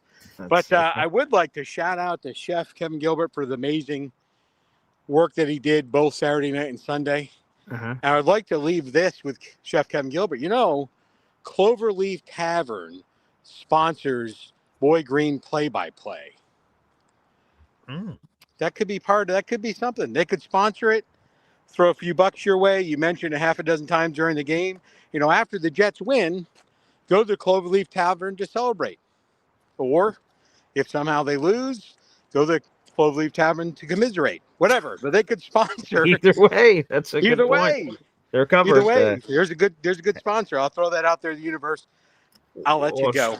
Well, Chef, if you're listening, I'm available. You've got my number. That would make a lot of sense. All right, we'll talk to you guys later. There you go. Appreciate Pop. Macho saying it earlier in the chat. A wild Pop has appeared as he's going through the jungle out there. Very nice. They're in Atlanta. He's got a nice little trail. I've been there to his Atlanta residence. There's a nice trail back there. And, very nice.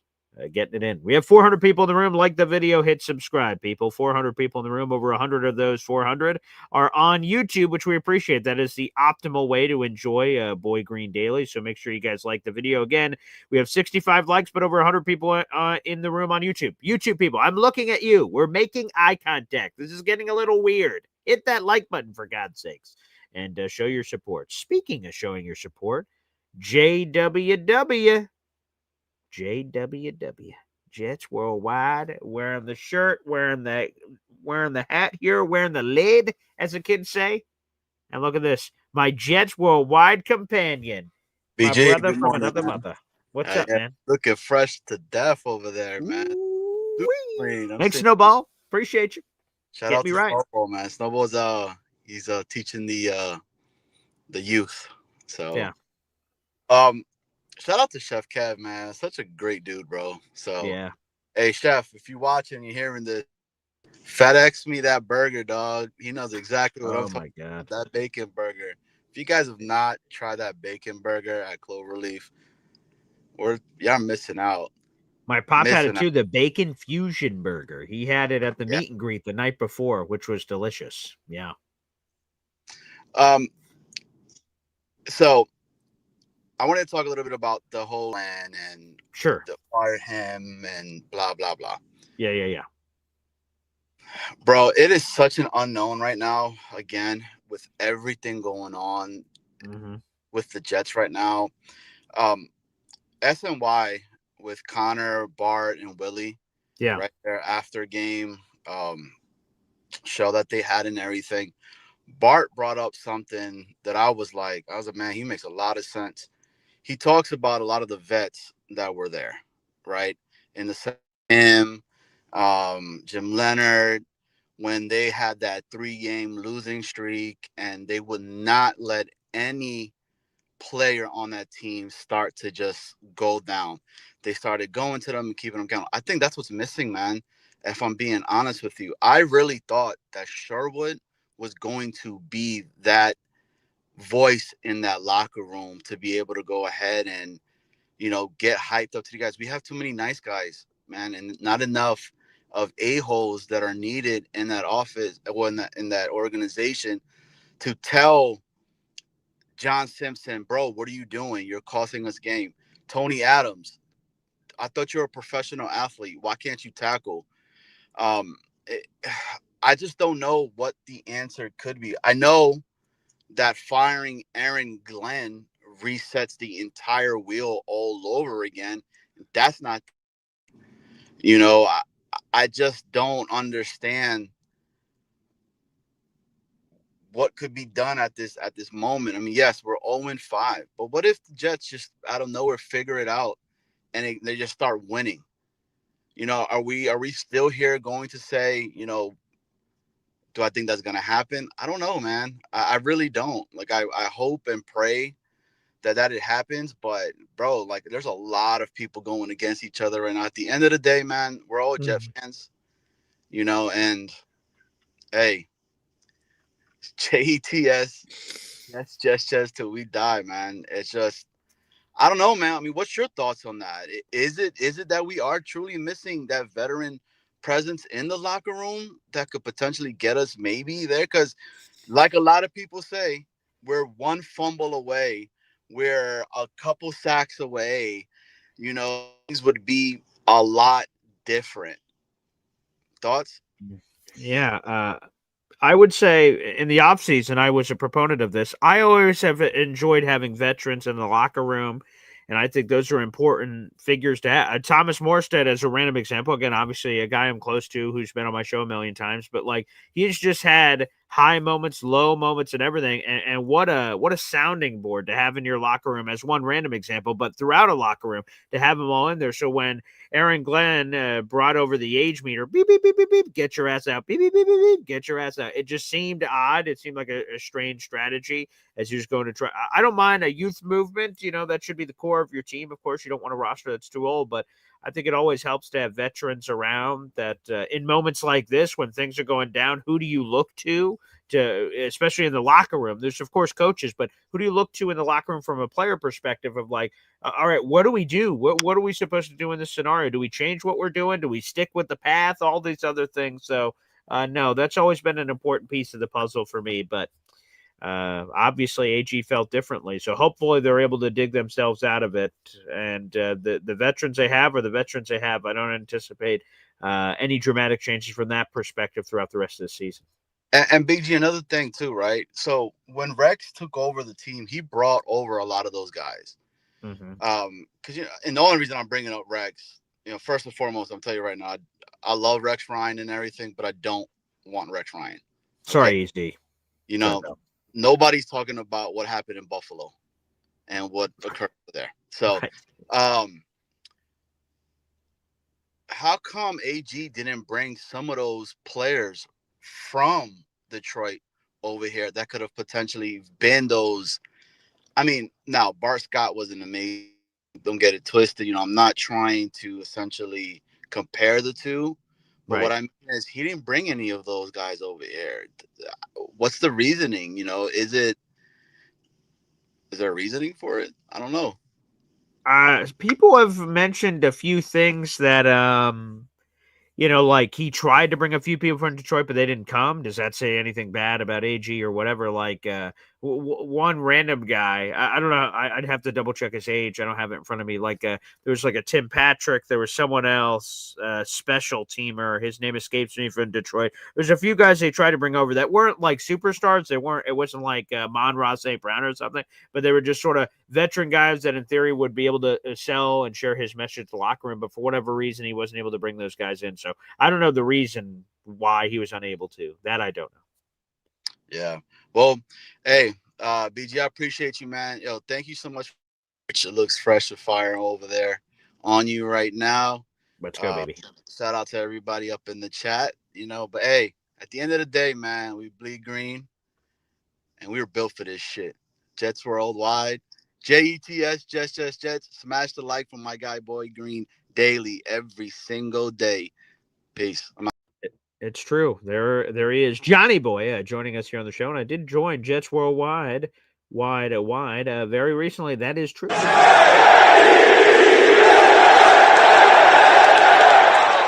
Again, check out the merch. You guys can go pick up your own auditions for Jets Worldwide and the cap as well. Feel free to show your support for fellow Jets content creators in our universe. They're doing awesome. Terrific. We have 400 people in the room. Like the video, hit subscribe. Let's go to another phone call. It's the legend, Neil Senior, baby, here on the show. What's up, Neil? Morning, guys. How are you? Hey, well. Listen to the show. Very sorry I missed that beautiful event. I won't miss it again, I can assure you. Nice. Still looking forward to tasting Chef Gilbert's food. It was good. I have to go on like a non-football Sunday, making a trip from Long Island to his restaurant. I look at my Waze, and it's like an hour and 45 minutes each way. And, I love food, but I got to have a reason to go 3 hours to have a meal. Yeah. Especially when my wife is the best cook I ever met. But anyway, to go off of Johnny, he's very, very right. And I'll tell you the situation. When you have no leadership in the locker room, look, as much as everybody wants to talk shit about Aaron Rodgers, the locker room voted him the best guy on the team, because when you're young players, you have to look to somebody who's had success previously, Hall of Fame, won a Super Bowl, has had success in the league. All we have are a bunch of young players that are directionless, that are obviously frustrated and pissed off, that they, Quentin Williams sent a text out that got erased. When they let Aaron Rodgers go, he said, here comes another rebuild. So the players went into the season very skeptical about what was going to happen. Now, when you go from Robert Saleh, who is a coddler, who doesn't really bust guys' balls, and was a player's coach and everything else, and had a scheme, and the scheme worked for the players that were there. And then you come in, and here comes a hammer that's going to Bill Parcells you, beat the shit out of you, tell you this, tell you that, do this, do that, run here, run there, and it doesn't work the first couple of games. That's when guys quit. And it's obvious to me, I watch these games intimately like anybody, okay? Sure. And I was around, I was your age when Kotite was coaching. And I got to tell you something right now. Yeah. I was the most optimistic guy in the world. We won our first game with Adrian Morrell. I thought we were going to run the table. We were 1-8. Okay. That's how optimistic I used to be. Yeah. But now, like Allen, I'm a little more. Allen's not realistic. Allen just hates the Jets. But my point is, those are mistakes that were made during free agency and other areas. We talked about this, a Calais Campbell, a guy that's had success, a leader. When you put him on the defensive line and the guy's 39 years old, okay, and you have a players-only meeting, think about this, Paul. If you have a players-only meeting right now, who's going to run the meeting? Quentin? There's no success there where somebody could latch onto it and say, hey, this is how we did it. Like when Devontae Adams came here, he grabs these guys. He says, listen, you got to do this. You got to do that. Now, not everybody's going to gravitate to that. But the reality is you can't have a players-only meeting with no leaders. There are no leaders on both sides of this ball. So when you players want to talk privately, they're obviously not playing up to their potential. 2 years ago, we had the 5th best roster in the league. Okay. Yeah. Yep. The roster is, and we have 8 of the 11 returning defensive players. The guys we got rid of were shit, you know, the safeties, and we replaced them with other safeties. We replaced Reed with Stevens. Is Reed tremendous? Reed wasn't tremendous for us last year. He sucked, okay? Stevens is playing better, but again, he's going through the motions like a lot of guys are going through the motions. Now, to give evidence to the fact that these guys are not playing up to their potential, we played 2 offensive lines in the trenches the last 2 weeks with 4 injuries on each team with a bunch of backups, and we could not get pressure on the quarterback. Now, does that tell you our roster is shitty? No. It's these guys don't care. They're not giving the full effort, okay? So that's where you have the problem. And that comes down to coaching, and it comes down to players, the leadership in the locker room. And there's obviously neither of those two things. I saw it with Kotite. He had no leadership. The players didn't give a shit about him. There was nobody on the team. And Johnny Boy made the right point. You know, where was the guys when Rex came over? Yeah. Okay. He brought guys that depicted his type of play. And that's what happened. Now, is our roster any worse than the Colts roster last year? Our roster's as good as the Colts. It's as good as the Jaguars. It's good as the Patriots, and it's good as the Bears. Those teams turned it around with their head coaches that they have, and they don't have a drastically different roster than they had last year. So let's cut the shit about dumping players and all this crap to get a few draft picks, because the reality is, and just to throw a stat out there. Sure, yeah. We have not scored a touchdown, to your dad's point. We have not scored a touchdown in the first half of a game since the Pittsburgh game. It was not the season opener? Yeah. Not one touchdown in the first half. So your dad is right about man. So that's pretty shitty. Now, when you lead the league in turnovers, when you lead the league in penalties, when you lead the league in missed tackles, when you lead the league in not having a turnover in 5 games, which is a historic record that we set, the only one so far. Yeah. And you're giving up 31 points a game. The Kotite years and the 2 years he was coach with 4 wins. Yeah. They were giving up 24 points a game. We're giving up a touchdown more.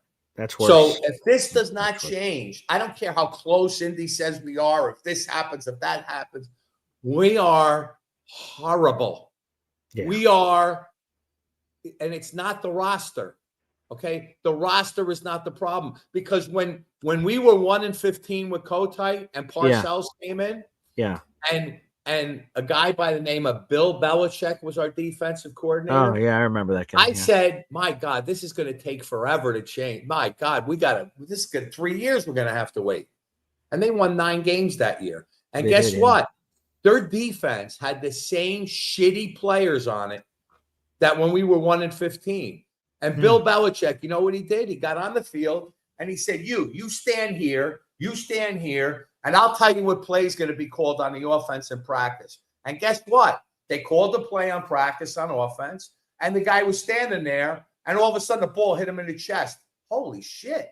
He was right. Look at that play call. And that's why we miss Mosley more than anything. And that's why Rodgers respected Mosley, because Mosley quarterbacked the defense and he knew what the offense was doing, and he set up people accordingly behind him. And that's a big part of the defense that we're lacking right now. That's why everybody's running around like a chicken without a head. You see guys running this way, guys running that way. This is, again, either Glenn has to take over the defense, and Wilkes is obviously not telling these guys how to line up. The scheme has to change. And there's a good point to the fact that a lot of our guys are not set up for the scheme that we have. But for Christ's sakes, Paul, think about this a second, right? Okay. We haven't gotten pressure on a quarterback. We haven't had a sack. We had a junk time sack against Dallas. The week before, we didn't have a single sack against Mayfield, and that was backups on the offensive line. So when you can't get home with 4, then you go 5 and you can't get home, right? What do you think Steve Spagnuolo is going to do?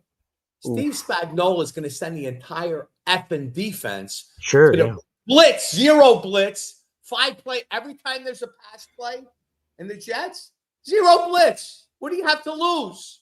You'll at least put pressure on the quarterback.